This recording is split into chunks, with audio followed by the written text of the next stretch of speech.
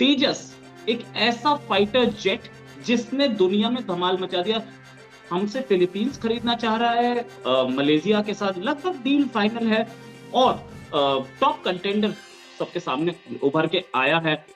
अभी government of India या जिसे बोले डिफेंस प्रोडक्शन, उन्होंने $5 बिलियन पर ईयर का टारगेट लिया है हमारे डिफेंस प्रोडक्शन के लिए बाय 2025।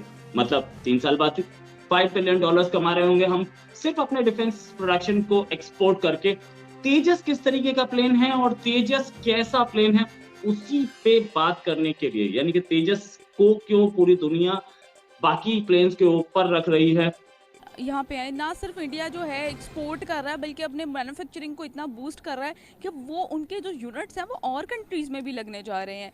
तो जैसे अब एप्पल एग्जांपल दे रही, एप्पल ने अपने जो मैन्युफैक्चरिंग यूनिट हैं वो चाइना में भी लगाया हुआ है। उसके अलावा वो अब इंडिया में अपना बेस शिफ्ट कर रहे हैं। तो मतलब एप्पल एक ब्रांड है, ठीक है। अब इंडिया की जो कंपनी है, डिफेंस कंपनी है जो मैन्युफैक्चरिंग कर रही है, वो भी एक ब्रांड के तौर पे अपने मतलब लेके चल रही है अपने प्रोडक्ट्स को, अपनी टेक्नोलॉजीज़ को।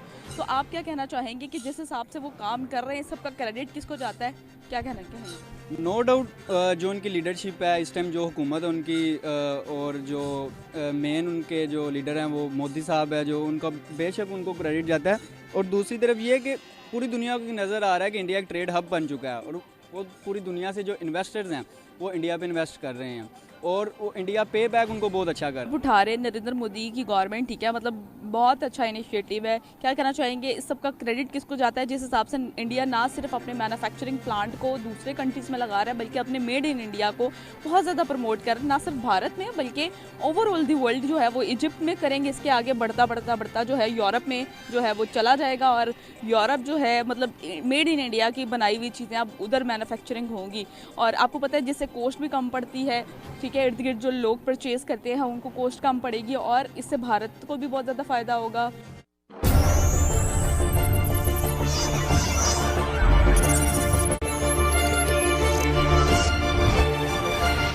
जय हिंद, वंदे मातरम। हिंदुस्तान लेटेस्ट में आपका स्वागत है।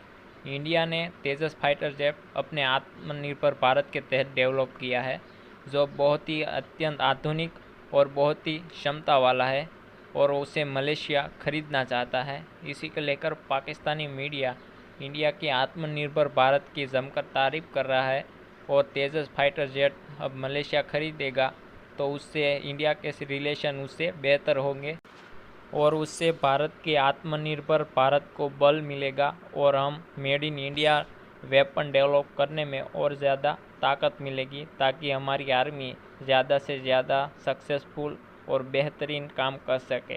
उसी को लेकर पाकिस्तानी मीडिया अपनी जमकर चिंता जाहिर कर रहा है। जय हिंद, वंदे मातरम। बढ़ते आगे वीडियो की तरफ। उनको भी फ़ायदा होगा।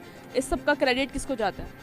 कि और जारी बात है कि सबका जो इसका क्रेडिट है वो सारा ये इंडिया को ही जाता है। इसकी वजह ये है कि देखिए ना, जब दोनों ममालिक 1947 के यानी कि आज़ादी के बाद दोनों एक साथ ही आज़ाद हुए हैं मुल्क, लेकिन इंडिया ने अपनी तरक्की के लिए सोचा और पाकिस्तान में इस तरह का कोई सीन नहीं हुआ। यानी पाकिस्तान में ये सीन हुआ है कि जो आया उसने पाकिस्तान को लूटा है, बस इतना सोचा, यानी अपना सोचा है। और वहाँ की हुकूमत का ये फ़ायदा है कि वो आए हैं, उन्होंने मुल्क के लिए सोचा है, मुल्क की तरक्की के लिए सोचा है, अपनी पब्लिक वगैरह की सोचा है, मुल्क को आगे बढ़ाने के लिए सोचा है। तो देखिए ना कि अब वो इस तरह के वो यूनिट्स वगैरह दूसरे मुल्कों में लगा रहे हैं, तो उनसे ये होगा कि उन डॉलर्स, उनके पाउंड्स वगैरह जो भी फॉरेन करेंसी है वो उनके कंट्री में आएगी।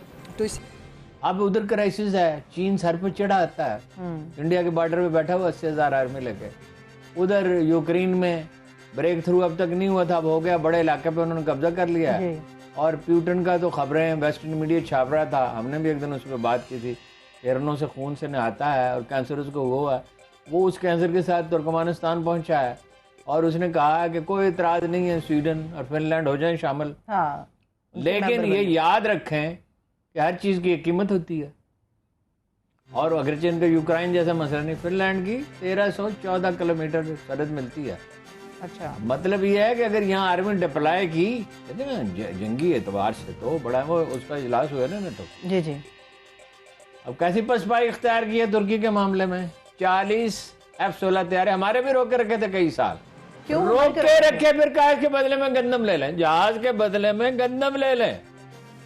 किसी आदमी ने पिस्तौल खरीदा हो और सब्जी वाला उसको रख ले, फिर इसके बदले में गाजरें ले लो।